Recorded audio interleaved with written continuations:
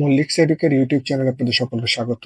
আজকে বাজেট ভাবনা 2024-25-এর বাজেট ভাবনা পর্ব 3 এ আপনাদের সাথে কিছু বিষয় উপস্থাপন করতে যাচ্ছি, যেগুলো বিভিন্ন পত্র-পত্রিকা মারফত যেগুলো প্রকাশিত হয়েছে, সেগুলোকে আমি এক জায়গায় করার চেষ্টা করেছি, যাতে অনেকের উপকারে আসবে বলে আমার মনে হয়। বিজনেস স্ট্যান্ডার্ড 28শে মে তারিখে প্রকাশিত একটা রিপোর্টে বলা হচ্ছে যে NBR tax deduction at source কিছু কিছু ক্ষেত্রে কমাতে চাচ্ছে। যেমন supply of raw materials to manufacturers যেটা ছিল, সেটা আগে ছিল 4%, সেটা এখন প্রপোজ রেট হচ্ছে 3%, এটা কমাতে যাচ্ছে। এটা যদিও আমরা সবাই নিশ্চিত হব 6 জুন বাজেট পেশের পরে। Goods of retailers, supply of goods of retailers যেটা সরবরাহকারী, সেটা আগে ছিল 5%, এখন সেটা প্রপোজ করা হচ্ছে 4%-এ। আর কন্ট্রাক্টরস পেমেন্ট 50 লাখ টাকার উপরে ছিল, 50 লাখ টাকা পর্যন্ত 3%, এরপরে 2 কোটি টাকা পর্যন্ত 5% এবং এবার 7%, সেগুলোকে একসাথে একটা রেট করা হচ্ছে 5%। এটা সম্প্রতি যে বিজনেস স্ট্যান্ডার্ড পত্রিকায় প্রকাশিত হয়েছে। এছাড়া আরো একটা রিপোর্ট প্রকাশিত হয়েছে বিজনেস স্ট্যান্ডার্ডে 28শে মে তারিখে, যেটা হচ্ছে special incentives for government employees for to remain in financial year 2025, যেটা বলা হচ্ছে ইনসেন্টিভ 5% অফ বেসিক স্যালারি, যেটার জন্য বাজেট ধরা হয়েছে, প্রপোজ ধরা হয়েছে 83,500 কোটি টাকা। আর মিনিমাম যে ইনসেন্টিভ পাবে, মিনিমাম অ্যামাউন্ট হচ্ছে 1,000 টাকা, 5% অফ বেসিক স্যালারি এবং মিনিমাম 1,000, যেটা যেটা হাইয়েস্ট হবে আর কি, যেটা 1 জুলাই থেকে ইফেক্টিভ হবে। আর রেগুলারলি যেটা 5% ইয়ারলি ইনক্রিমেন্ট হয়, সেটা পাবে।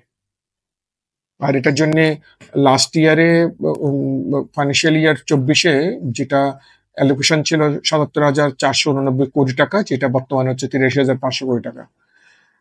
আর বিজনেস পোস্টে 29শে মে তারিখে যেটা প্রকাশিত হয়েছে যে budget what can be expected, যে কি কি আশা করা যায়। ভ্যাট রেট কিছু কিছু ক্ষেত্রে 15% একদম, আগে যেগুলো কাট অফ রেটে ছিল, যেগুলো 2, 3, 5, 7.5, 10, 15 এই রেটে ছিল, তার মধ্যে কিছু কিছু ক্ষেত্রে ডাইরেক্টলি 15%-এ চলে আসবে। আর মোবাইল ফোন কলের ক্ষেত্রে একটু কস্ট বেড়ে যাবে, যেটা 5% সাপ্লিমেন্টারি ডিউটি ইনক্রিজ করতেছে। Duty on car importers by এমপিদের মাননীয় এমপি মহোদয়দের যে কার ইম্পোর্ট, এটা আগে ডিউটি ছিল না, এখন 15% আর 25% সাপ্লিমেন্টারি ডিউটি অ্যাড হবে, আর 15% ব্যাট অ্যাড হবে। আর ব্যাগেজ রুলের ক্ষেত্রে, যেটা নিয়ে অনেক আলাপ হচ্ছে, কিন্তু সেটা আনচেঞ্জ থাকবে। মাননীয় প্রধানমন্ত্রী বলছেন যে এই জিনিসটা কোনো চেঞ্জ হবে না। কর্পোরেট ট্যাক্স রেট, যেটা আমরা এর আগের পর্বগুলোতেও বলেছি, যে রিডিউস নন লিস্টেড ইন্ডাস্ট্রি যেগুলো আছে, লিমিটেড কোম্পানি, সেগুলোর উপরে 27.5% বর্তমানে আছে, যেটা 25% হওয়ার সম্ভাবনা রয়েছে। আর tariff benefit for agriculture imports, যেগুলো এগ্রিকালচার ইম্পোর্ট যেগুলো আছে, সেগুলোর উপরে টেরিফ বেনিফিট সমান থাকবে, এগুলো কোনো চেঞ্জ হবে না।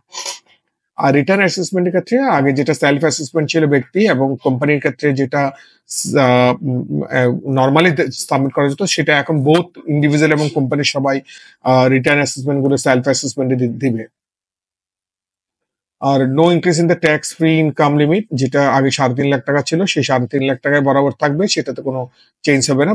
তবে ইনক্রিজ ট্যাক্সেস ফর ওয়েলদি, যেটা আগে 25% লাস্ট স্ল্যাব ছিল, সেটা এখন 30% আর একটা স্ল্যাব যুক্ত হচ্ছে, যেটা 16 লাখ টাকা যদি ক্রস করে, তাহলে এটা হচ্ছে 30% যোগ হবে।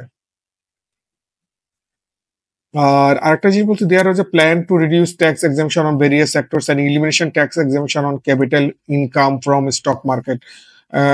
শেয়ার বাজারে যে ইনভেস্টমেন্ট, এখান থেকে যে ক্যাপিটাল গেইন হয়, সেটার উপরে ট্যাক্স এক্সাম্পশন ছিল বর্তমানে, তো সেটার উপরে ট্যাক্স বলবৎ করার একটা পরিকল্পনা রয়েছে এনবিআর এর। তবে এটা 6 জুন তারিখে দেখা যাবে কি হচ্ছে সেটা।